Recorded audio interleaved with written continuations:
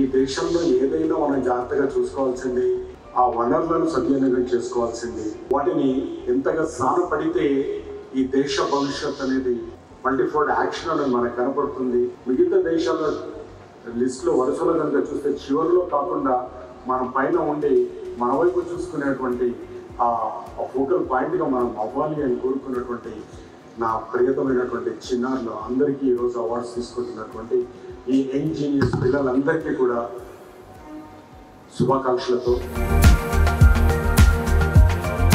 నేనైతే అవార్డ్ ఫంక్షన్కి వస్తే అంత గొప్పగా చెప్తున్నారు, కానీ ఆయన చేసిన 32 yearsగా ఈ సివి రామన్ ఈ జీనియస్ అవార్డ్స్ ఆయన ఎగ్జామ్స్ కండక్ట్ చేసింది. కోటింగ్ ఉంది, ఈ 32 yearsలో రాశారు exams. Not a normal feat. దీనికంతా ఏంటి మీ కారణం అంటే ఆయన చెప్పింది ఒకటి, అబ్దుల్ కలాం గారు.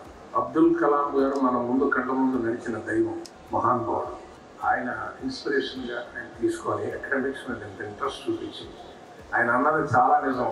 సృజన, క్రియేటివిటీ అది వదిలేయకూడదు. మనిషి బై హార్టింగ్ ఉంటుంది, కానీ బియాండ్ దట్ క్రియేటివిటీ ఆయన ఎంత యజ్ఞం చేసినందుకు.